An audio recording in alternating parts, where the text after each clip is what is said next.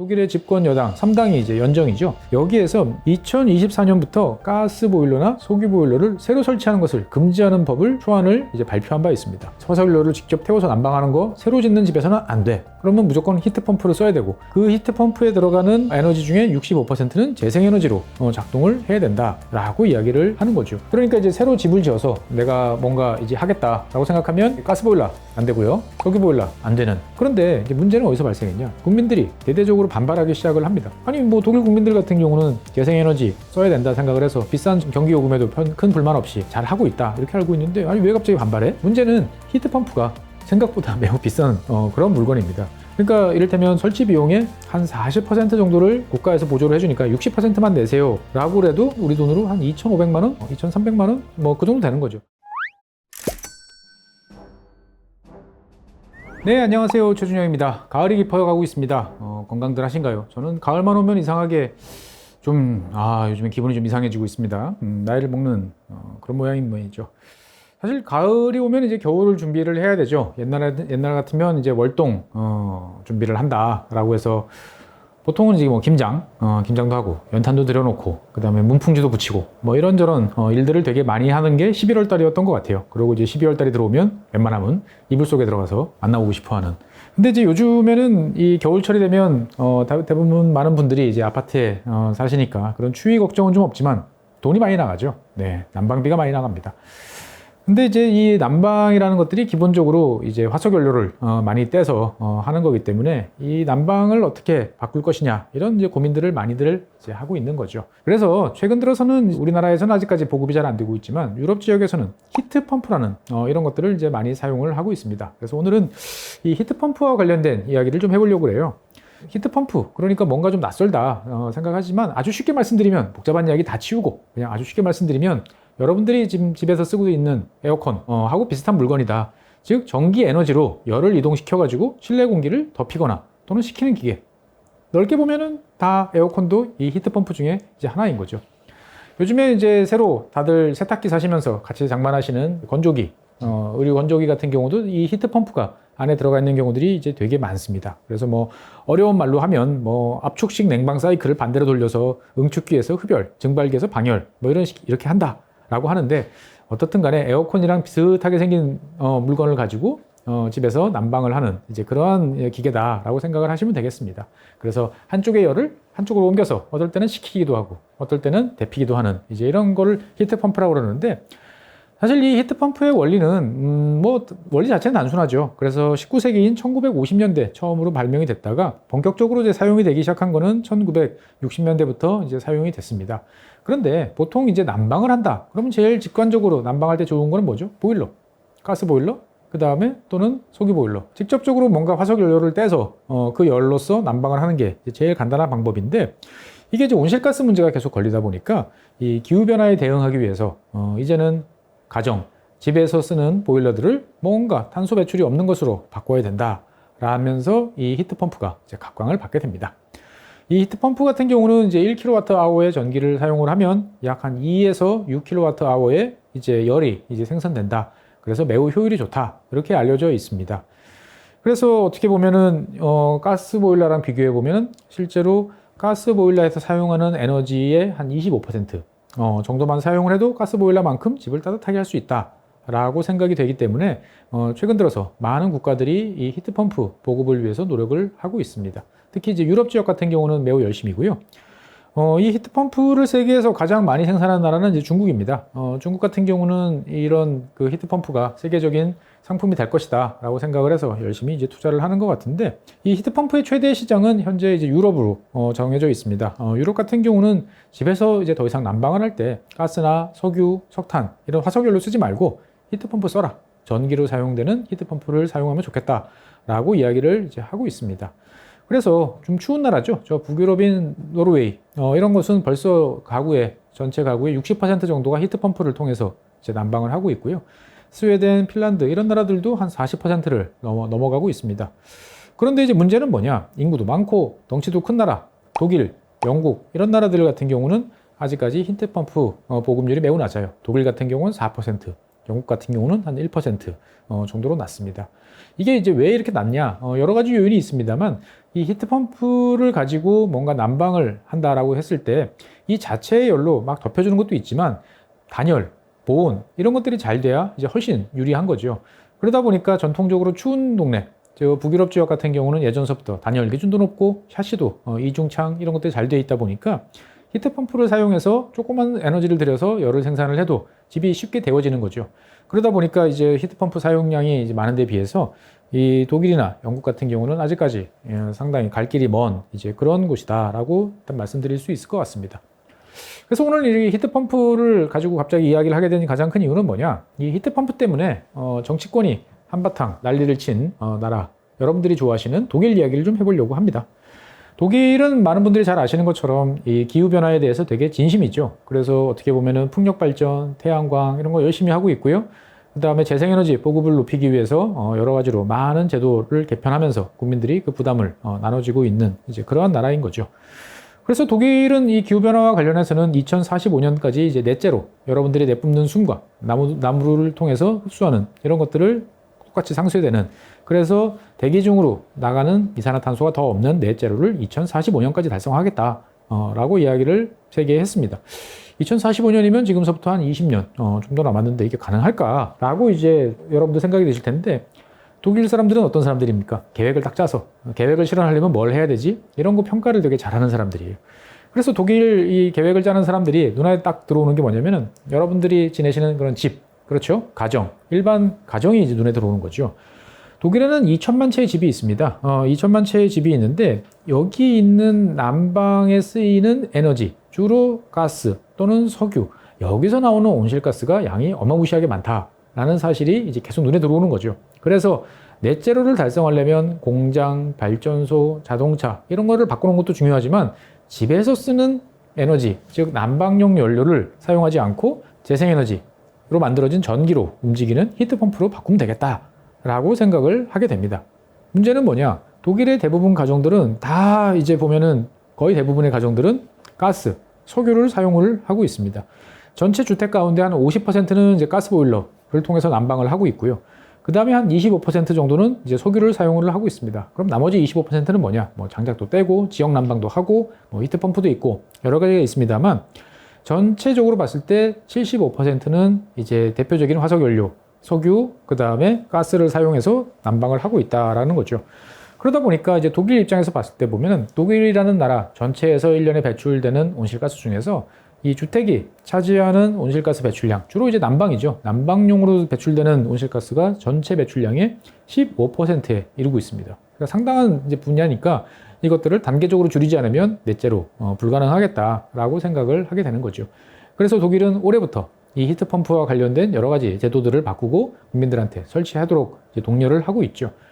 2045년 그러면 아직 20년 남았는데 20년 있다 뭐 바꾸면 되는 거 아니야? 이렇게 이제 생각들을 하실지도 모르는데, 보통 여러분들 집에 있는 가스보일러 개별 난방 하시는 분들은 그거 언제 설치됐나요? 아파트 입주할 때 보통 설치하고 그냥 계속 쓰시잖아요. 그렇죠? 그러니까 보통 보일러는 한 설치하면은 20년, 25년 정도로 사용하는 거죠. 그러니까 2045년까지 넷제로를 달성하려면 지금쯤 가정에서 쓰는 보일러들을 이제 바꿀 때가 된 거죠. 지금서부터 바꿔야 자연스럽게 점점 비율이 높아져서 2045년이 되면 가정에서 배출되는 온실가스가 없어진다. 그래서 역산을 해보면 이제 지금이 타이밍이다. 이렇게 생각들을 하게 됩니다. 그래서 올해 초, 2023년 초에 독일의 집권 여당 3당이 이제 연정이죠.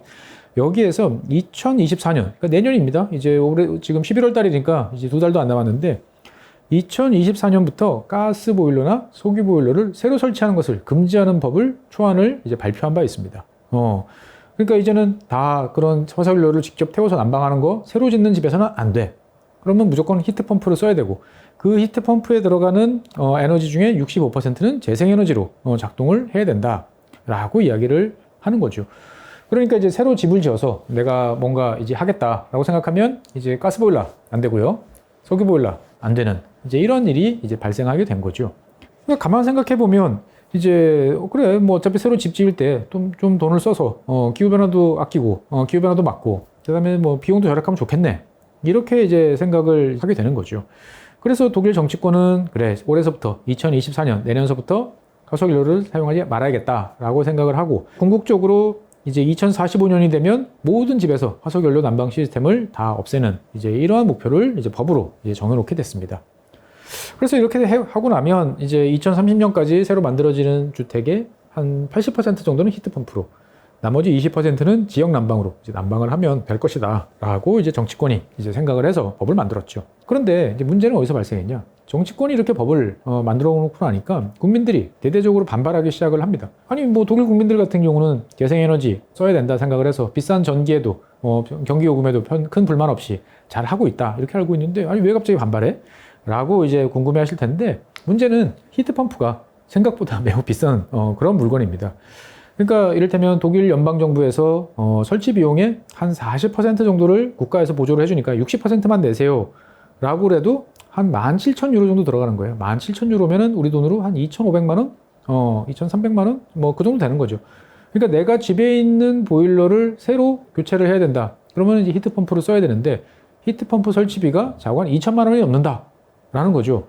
여러분들 집에 있는 보일러, 글쎄요, 뭐 집집마다 용량에 따라 다르긴 하지만 그렇게 생각보다 비싸지 않습니다.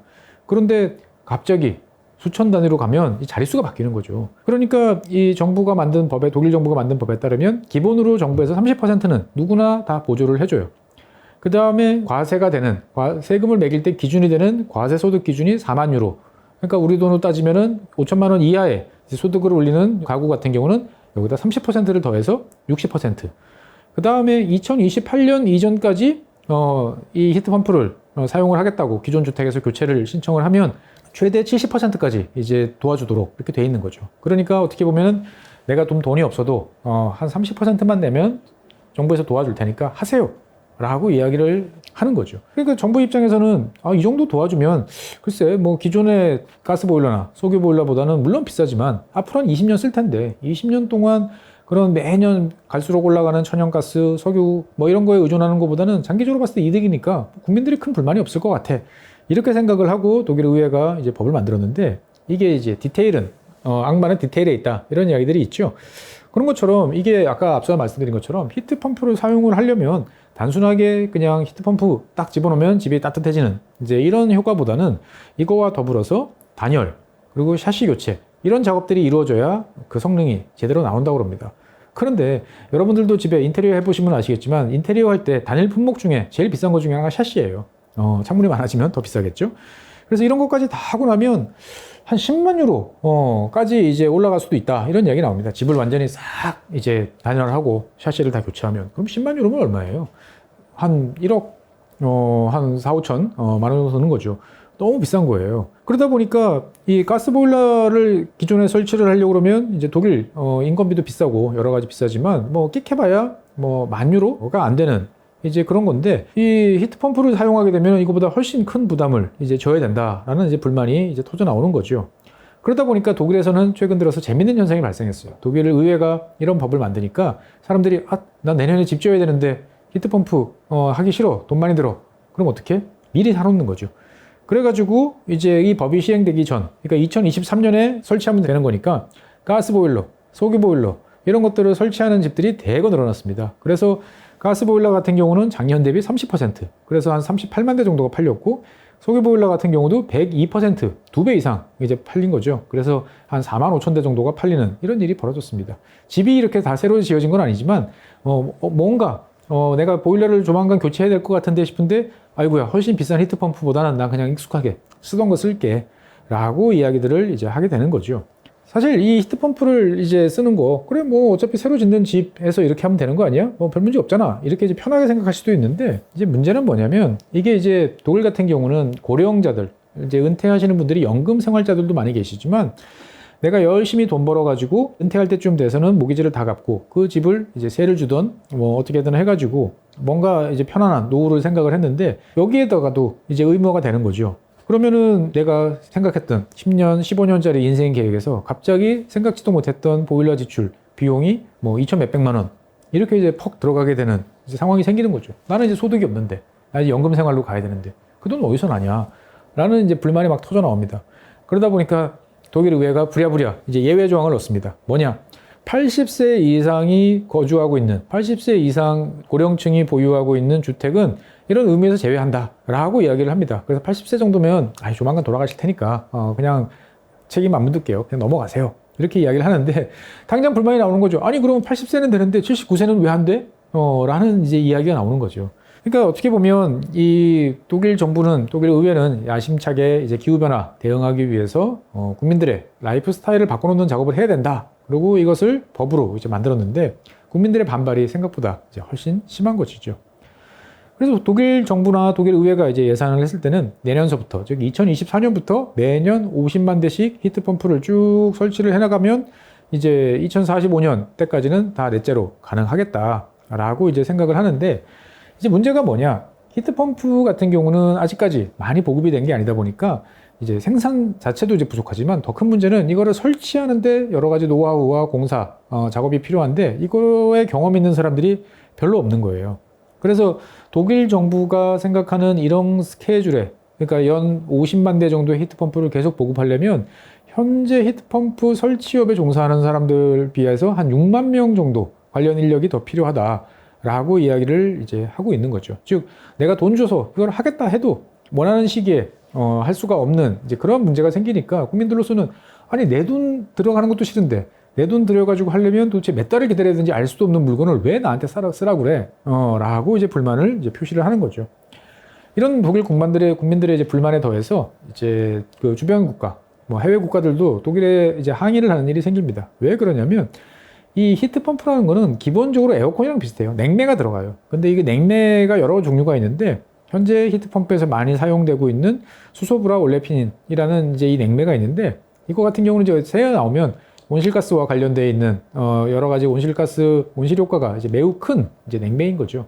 그러다 보니까 독일 정부는 히트펌프 사용 의무화를 하면서 수소브라 올레핀 사용을 이제 금지시키는 조항을 같이 갔는데 유럽 전체적으로는 이게 히트펌프 사용 가능해요. 그러니까 이를테면 어떤 회사가 내가 유럽에다 히트펌프를 팔아야 돼. 그럼 프랑스라든지 노르웨이라든지 스웨덴이라든지 이런 데서는 수소브라 올레핀이 들어가는 이 냉매를 사용하는 걸 팔 수가 있어요. 그런데 독일에는 팔 수가 없는 거죠. 이게 뭐 어떤 문제냐면은 유럽은 하나의 시장이에요. 하나의 시장이기 때문에 어떤 규제를 택할 때는 모든 국가가 하나의 시장 원칙에 맞춰서 똑같이 가는 게 맞아요. 근데 독일 혼자 이렇게 치고 나가면 이제 골치 아픈 이제 문제가 생긴다라고 하는 거죠. 즉 원칙이 이제 어긋나기 때문에 곤란하다라는 이야기가 나왔고, 다른 한편으로 보면 이제 독일 같은 경우는 세계에서 이제 주요 국가들 중에서 새 들어 사는, 즉 임차 비율이 가장 높은 나라입니다. 그러다 보니까 이제 세입자 보호가 잘 돼 있어서 우리가 맨날 전세값 오르고 월세값 오르면 독일이 부러워 막 이런 이야기를 이제 많이들 합니다. 뭐 꼭 좋은 건 아니죠. 그런데 문제는 뭐냐? 누군가 임대 사업을 하려고 내가 집을 지어요. 집을 지으면 그 사람은 필연적으로 이제 히트펌프를 사용을 해야 되고, 히트펌프를 사용하게 되면 기존의 다른 집, 석유 보일러나 가스 보일러를 사용하는 것보다 원가가 더 들잖아요. 그러니까 원가가 더 드니까 이 사람들 입장에서 봤을 때는 당연히 임대료에다가 그것을 얹어서 청구를 할 수밖에 없는 거죠. 그러다 보니까 실제로 독일 정부 입장에서 봤을 때도 이거를 빨리 하려고 그러면 대부분 집이 임차니까 내가 임대용 주택에 대해서 이것을 좀 뭔가 도와줘야 되겠다라고 그래서 신규로 이제 히트펌프를 설치하는 집 같은 경우는 최대 10%, 그러니까 히트펌프 설치 비용의 10%까지를 임대료에 전가하는 것을 허용하도록 하고 있습니다. 그러면 내가 이를테면은 뭐 한 2만 유로 정도 든다 생각하면 그 중에 10%, 2천 유로. 뭐 2천 유로면 글쎄 이 정도면은 괜찮다라고 생각을 하는데 독일 사람들은 그렇게 생각을 안 하는 거죠. 도대체 히트펌프를 해가지고 세입자도 안 돼, 노인도 힘들어져, 기존에 살고 있던 사람도 어려워. 그런데 이걸 도대체 왜 하느냐? 기후를 위해서 하자 라고 이야기를 하지만 독일 국민들은 여기에 대해서 강력하게 비난을 이제 퍼붓는 거죠. 그래서 뭔가 정치권이 쓸데없는 짓을 했다라고 생각이 들면 여러분들 어떤 수단을 택합니까? 당장 여론조사할 때 그거 주도한 정당에 대해서 난 싫어요, 반대합니다 이렇게 나가는 거고, 때마침 선거가 있으면 상대방을 찍는 식으로 이제 응징을 하게 되는 거죠. 민주주의 국가에서 국민의 어떤 불만을 표시하는 가장 효과적인 수단은 투표죠. 그러다 보니까 이 현재 독일의 이 집권 연정 같은 경우는 계속 지지도가 지금 하락을 하는 거죠. 아니 뭐 경기도 안 좋은데 이걸 굳이 꼭 지금 해서 내년부터 해야 돼? 라고 이야기들을 합니다. 이 독일 연정 같은 경우는 이제 지금 3당 연합체제인데 당연히 이런 히트펌프와 관련되어 있는 환경 정책과 관련된 드라이브를 가장 강하게 거는 정당은 연정의 한 파트너인 녹색당입니다. 녹색당 같은 경우는 인기가 되게 좋았어요.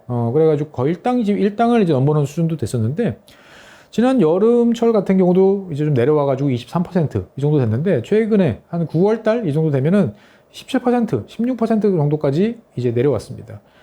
이게 어떤 문제가 있냐면은 독일의 야당, 독일에도 뭐 야당이 있으니까 예전에 집권 여당 하다가 지금 야당으로 가인 뭐 기민당, 기민당 기사연합, 체데우도 있지만 이 극우 정당이라고 하는 옛날 동독 지역을 배경으로 하는 AfD라고 하는 이제 정당이 있습니다. 이 정당은 이제 좀 파퓰리스트 우파 정당이다라고 이제 보통 이야기가 되는데 이 AfD가 가장 강력하게 이 히트펌프 의무화에 대해서 반발을 하는 거죠. 아, 이거는 국민들을 일방적으로 밀어붙이는 파쇼 같은 정책이다. 국민한테는 왜 선택권이 없냐? 왜 이런 짓을 하느냐? 라고 강하게 이제 비난을 하는 거죠. 그래서 어떻게 보면 국민들 입장에서 봤을 때는 AfD가 평소에는 되게 또라이처럼 엉뚱한 소리 하는 것 같은데 이거는 제대로 너희들이 내 아픈 데를 긁어준다. 내가 귀찮은 거를 아주 딱 잘 말하기 좋다. 라고 해주는 거죠. 그러다 보니까 현재 여론조사 한 9월달, 10월달까지 여론조사를 보면은 AfD가 한 15%에서 16%를 나오면서 이 녹색당과 비등비등 하거나 오히려 녹색당을 추월을 해서 2당 지위를 유지하는 이제 이런 모습이 나타나기도 이제 했었던 거죠. 그러다 보니까 가뜩이나 이 인기가 경제가 안 좋아가지고 내년에 과연 이 연정이 계속 내년까지 이어질까라고 이제 걱정을 하던 이제 연정 내 이제 파트너 그 중에 한 파트너인 이제 자민당 FPD 같은 경우는 이거 당장 이제 고쳐야 된다. 안 그러면 이거 문제가 있다라고 그래가지고 아니 제도를 시행해보지도 않고 고친다는 게 말이 돼? 라고 하지만 일단은 개정 작업을 이제 펼쳤습니다. 그래가지고 얼마 전에 이제 399대 이제 297로 이제 개정안이 통과가 됐는데 이제 몇 가지 사항들이 이제 바뀌었어요. 뭐냐면은 2024년부터 의무화가 아니고 2028년부터 바꾸기로 했습니다. 그럼 이제 4년 동안 더 시간을 줄 테니까 그때부터는 확실히 갈 테니까 알고 계세요. 제가 시간을 드릴게요. 라고 이야기하는 거고. 근데 이게 다 28년은 아니에요.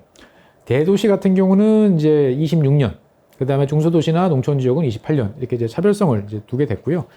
그 다음에 이제 이 FPD 자민당이 이제 주장하는 이제 왜 히트펌프만 되냐 해서 여기다가 이제 수소도 같이 이용할 수 있도록 하나 더 넣어줬습니다. 그러니까 수소 같은 경우는 난방을 하면 두 가지 방식이 있어요. 수소 연료 전지. 수소 연료 전지는 산소와 수소를 집어넣으면 어떻게 되죠? 물이 나오고 전기가 발생하는 거죠. 예. 그러면서 그 과정에서 열이 나옵니다. 그래서 이 연료 전지 중에서 이제 어떤 특성, 촉매를 사용하느냐에 따라 가지고 열이 뭐 100도 정도 나오는 것도 있고 한 400도씩 이렇게 나오는 것도 있어요. 그래서 이런 식으로 가능한 것도 있고 아니면 수소를 직접적으로 연소시키는 이제 이런 방법도 이제 있습니다. 그래서 이 뭔가 기존 보일러를 조금 손을 봐서 거기다 수소를 집어넣으면 되는 거 아니야? 굳이 보일러 전체를 교체를 해야 돼? 라는 국민들의 불만을 이제 잠재우기 위해서 수소 이용 시스템도 이제 허용을 했습니다. 근데 이제 수소 가격이 원체 비싸다 보니까 2028년까지 이게 지금 뭐 가스 가격이라든지 이런 쪽으로 확 내려올 수 있을까라고 생각해보면 전망은 그렇게 밝은 것 같지는 않아요. 어찌됐든 2024년에서 28년으로 그 다음에 수소라는 연료도 사용할 수 있도록 그렇게 바뀌었고요. 그 다음에 이제 히트펌프 사용을 했을 때 임대료가 올라가는 거 아니냐라고 그래서 이제 제곱미터당 임대료를 50센트 이상 이제 올리지 못하도록 하는 상한선도 이제 두게 됐습니다. 그러니까 이제 국민들이 불만을 표출한 여러 사항들에 대해서 시기도 늦춰주고 임대료도 전가되는 것들을 막을 수 있도록 좀 바꿔준 거죠. 그래서 일단은 뭐 국민들 입장에서 봤을 때는 그래 우리가 화를 내니까 좀 바뀌었네. 에이 진짜 그럴 것이지 라고 일단은 지금 문제가 이제 잠복이 됐습니다. 그런데 여러분들은 이 이야기를 들으니까 이제 어떤 생각이 들으세요? 최근 들어서 유럽의 여러 나라들에서 벌어지는 이런저런 이야기들, 특히 이제 기후변화나 환경, 에너지와 관련된 사항들을 보면 조금 이제 우리가 알던 유럽하고는 많이 바뀐다? 라는 생각이 많이 들고 있어요. 그러니까 그 전까지는 유럽 사람들이 내가 좀 힘들어도, 내가 좀 비용을 내도 이런 방향이 맞아. 라고 그래서 잘 왔는데 최근 들어서는 그런 흐름에 대해서 적극적으로 반대하는, 그리고 그걸 투표나 정치 이슈화 시키는 경향들이 이제 많아지고 있다라는 거죠. 그러니까 유럽 국민들 역시 우리랑 비슷한 거예요. 그래 환경을 살리자는데 우리 후손이 잘 되자는데 좋죠. 그런 식으로 가야 돼요. 찬성합니다. 라고 이야기하는데 자 그러면 청구서를 당신이 부담하세요. 당신 주머니에서 돈이 나갑니다. 세금 더 나가세요. 이러면 이제 싫어하는 거죠. 그러니까 그동안에는 이제 유럽 정부들이 주로 대기업이라든지 공공부문 이런 쪽을 통해 가지고 기후변화와 관련돼 있는 여러 정책들을 펼쳤고 국민들 입장에서 봤을 때는 뭔가 조금씩 오르고 조금씩 바뀌는 것 같은데 뭐 잘 모르겠어 라고 했는데 이제 그런 일들이 다 끝나고 이제부터 정말 기후변화에 대응하기 위해서 온실가스를 줄이려고 그러면 이제 국민들과 밀접한 가정에 있는 주택들, 건축물, 그 다음에 뭐 농업 뭐 이런 쪽을 이제 직접 건드려야 되는 일들이 생기는 거죠. 그러니까 이제 내 주머니에서 돈이 나가면서까지 이걸 해야 돼? 라고 생각하면 나는 하기 싫다. 라고 이야기를 하는 거죠. 그래서 이제 독일 정부도 어떻게 보면 국민들의 이런 반발에 따라서 일단 일부 후퇴를 하는 전술을 채택을 해서 법안을 개정을 했는데, 사실 이게 맞느냐라는 생각을 또 해보면 참 여러 가지로 이제 생각할 게 많아요. 그게 뭐냐면은 유럽 전체적 EU 회원국이 1년에 쓰는 가정에 쓰는 난방에 보조금으로 주는, 우리나라도 이제 그 에너지 바우처 이런 것들을 이제 저소득층 위주로 이제 배포를 하잖아요. 유럽 전체적으로 1년에 난방으로 쓰는 보조금이 한 32억 유로 정도 됩니다. 상당히 이제 많은 수조 원의 이제 이 보조금이 나가는데, 이 중에 한 50%만 이 히트펌프로 사용하는데 보조금으로 책정을 해주면 이거 금방 되는데 이걸 왜 후퇴하느냐라는 환경단체들의 이제 불만도 이제 있습니다. 그런데 이게 이제 문제는 50%만 히트 지원하면 된다라는 건 기계값이지, 이거를 설치하는 데 들어가는 비용, 그 다음에 단열, 그 다음에 뭐 샤시 교체 이런 것까지 생각하면 비용이 훨씬 더 많이 든다라고 이야기들을 이제 하는 거죠. 그러니까 어떻게 보면 국민들 입장에서 봤을 때는 이제 먼 미래보다는 당장의 내 주머니 사정이 정말 중요해지는 이제 그러한 시기를 겪고 있다라고 보는 거죠. 그래서 독일 같은 경우는 일단 뭐 2024년에서 28년으로 4년 정도 그 제도 시행을 이제 유예를 했는데, 영국 같은 경우는 이제 한 발 더 나갔어요. 영국 같은 경우는 그동안에 이제 주택을 소유한 사람들은 주택에서 요구하는 이제 에너지 기준, 단열 기준 이런 거를 맞추도록 하는 의무를 부과해서 주택에서 사용하는 에너지를 덜 사용하도록 독려를 해왔는데, 최근 들어서 이 에너지 효율 강화 의무를 폐지를 해버렸어요. 이거 국민들한테 불필요한 추가적인 부담을 준다라고 이야기를 했던 거죠. 그리고 이 일을 추진하던 조직도 해체시켜버렸어요. 그러니까 국민들이 요즘에 먹고 살기도 힘든데 뭐 하라고 하는 거 되게 많고 비싸지고, 그러니까 불만이 많으니까 선거를 앞두고 이제 자꾸 후퇴를 이제 하게 되는 거죠. 그래서 유럽 전체적으로 보면은 예전에 2030년까지 내연기관 자동차 신규 판매 안 돼. 그래서 다 전기차, 수소연료 전기차 탈 거야. 그래서 이쪽에 투자를 많이 해왔죠. 그런데 최근 들어서는 이제 내연기관 자동차 금지도 2030년에서 35년으로 은근슬쩍 이제 넘어가게 되고요.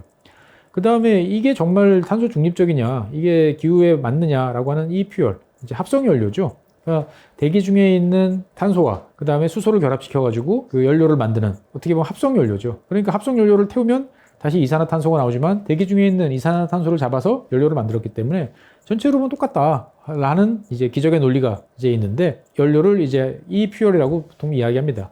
인바이러먼트에 이자를 붙여서 이야기를 하는데, 이것도 이제 사용 가능한 것으로 이제 인정이 되고 있는 거죠. 그러니까 전기차, 수소연료 전지차와 마찬가지로 이퓨얼을 사용하는, 이건 사실 기존의 내연기관차랑 똑같아요. 그냥 폭발시켜가지고 엔진 내에서 힘을 얻는 이제 이런 건데, 이런 것도 가능하다라고 이야기를 하는 거죠. 그래서 하나씩 정합을 해보면 EU라는 나라에서 그동안의 환경과 관련되어 있는 여러 가지 선도적인 변화, 특히 기후변화와 관련돼서는 많은 새로운 제도도 만들고 비용도 이제 사회가 부담할 수 있도록 이제 해왔는데, 좀 변화가 많이 있을 것 같다라는 생각이 듭니다. 그러니까 중요한 거는 결국은 이제 먹고 사니즘, 내 주머니에서 돈이 나가느냐 안 나가느냐의 문제였는데, 그동안에는 유럽 정부들이 이것을 국민들의 호주머니에서 직접 나간다는 느낌을 별로 안 받도록 잘 녹여가지고 슬금슬금 해왔는데, 이제 그런 수단들은 다 썼고 이제부터는 급하고 좀 파격적으로 가야 되는 이제 그러한 상황만 남다 보니까 유럽 정치인들이 이제 고민이 이제 많아진다라고 말씀을 드릴 수 있을 것 같습니다. 네, 히트펌프와 관련된 여러 가지 이야기들을 쭉 이제 해봤습니다. 기후변화와 관련해서 뭔가 해야 된다라는 생각들은 많이 하는데, 막상 내 주머니에서 돈 나가는 거는 싫어하는 이런 것들은 뭐 사람의 본능이죠. 그러다 보니까 유럽 사람들도 뭐 우리와 비슷하다라는 생각들을 이제 하게 되는데, 그러면 이제 우리나라는 히트펌프 안 쓰느냐라고 이제 궁금해하실 분이 계셔서 제가 마지막으로 말씀 좀 드리려고 합니다. 우리나라 이제 가전업체, 뭐 LG전자라든지 삼성전자 이런 쪽에서는 이미 히트펌프 관련 시스템을 만들어서 수출을 꽤 하는 것으로 제가 알고 있고, 기술력도 갖추고 있는 것으로 알고 있어요. 그런데 이제 대한민국은 히트펌프가 잘 보급이 안 되는 요인들이 몇 가지가 있습니다. 첫 번째는 뭐냐? 일단 한국 사람들은 바닥이 따뜻해야 돼요. 그러니까 바닥 난방을 해야 되는데, 히트펌프는 기본적으로 이제 공기를 데우는 그런 이제 역할을 하다 보니까 한국 사람들의 라이프 스타일하고는 이제 잘 맞지 않는 이제 이런 면이 하나 있고요. 두 번째는 이제 우리나라 같은 경우는 가정용 전기에 이제 누진세가 적용이 되는 거죠. 기본적으로 이 히트펌프는 전기를 통해 가지고 난방을 하는 이제 이런 시스템입니다. 물론 그 효율이 매우 좋기 때문에 기존의 이 가스나 석유를 쓰는 것보다 훨씬 좋다라고 이야기들을 합니다만, 문제는 어떻든 간에 집안에 있는 가전제품, 꽤 전기를 많이 쓰는 큰 가전제품 하나가 생겨서 겨울철에 돌아간다는 거죠. 그럼 여름철에는 에어컨, 겨울철에는 히트펌프, 이런 것이 돌아가면서 전력 사용량을 늘리게 되면 누진제 문제가 이제 불거지게 되는 거죠. 그래서 얼핏 계산을 해보면, 대략적으로 계산을 해보면, 누진제의 요 단계를 이제 넘어가는 상황이 연출이 되게 되면 가스 보일러보다 비싸요, 히트펌프가. 그러다 보니까 국민들 입장에서 봤을 때는 내가 굳이 내가 지금 히트펌프를 써야 된다? 이런 생각을 이제 하게 되는 거죠. 그리고 이제 이거와 더불어서 대한민국 같은 경우는 대부분 많은 이제 그 새로 만들어진 택지지구, 신도시 이런 쪽 같은 경우는 이제 지역 난방을 하기 때문에 굳이 이제 히트펌프를 사용하지 않아도 되는 문제도 있고요. 다른 한편으로 보면 이제 겨울철이 춥기 때문에 우리는 영하 15도 이렇게까지 떨어지는 지역들이 많기 때문에 이제 그런 겨울철에는 효율이 낮다. 그래서 사용하기가 안 좋아진다. 이런 이야기도 있는데 요 문제는 이제 기술적으로 그동안에 이제 많이 극복이 돼서 큰 문제는 없는 것 같아요. 라이프 스타일, 비용상의 문제 이런 것들이 있다 보니까 당장 히트펌프가 우리나라에서 많이 보급이 되기는 좀 쉽지 않을 것 같지만 제도가 바뀐다면 또 달라질 수도 있을 것 같긴 합니다. 네, 오늘은 어떻게 보면은 이제 점점 추워져가는 그래서 겨울철 김장도 해야 되고 이제 월동 준비해야 되네 싶은 이러한 여러분의 심리 상태에 맞춰가지고 히트펌프 그리고 정치와 연관시켜서 한번 이야기를 해봤습니다. 어때요? 재밌으셨나요? 다음 주에는 새로운 주제로 그때는 이제 정프로님도 모시고 한번 이야기를 해보도록 하겠습니다. 여러분들 지난 시간에 재밌게 들어주셨던 레바논 이야기라든지 이스라엘 팔레스타인 이야기 등등 세상에서 벌어지고 있는 재밌는 이야기 준비하도록 하겠습니다. 안녕히 계십시오. 복잡하고 어렵게 느껴지는 재무제표와 용어들, 친절한 투자 멘토 사경인 마스터가 매주 새로운 콘텐츠로 알기 쉽게 설명해드립니다. 재무제표 분석과 포트폴리오 구성, 양대 재무제표라고 그러면 대차대조표랑 손익계산서가 있거든요. 매수 매도 방법, 이때 사는 게 좋겠네, 이렇게 사면 좋겠다. 근데 이렇게 살려면 뭘 해야 되냐면요, 나머지 3분의 1은 놔둬봅니다. 어디까지 가는지. 실전 투자 팁까지 알려드립니다. 오직 3프로 멤버십에서만 만나실 수 있습니다.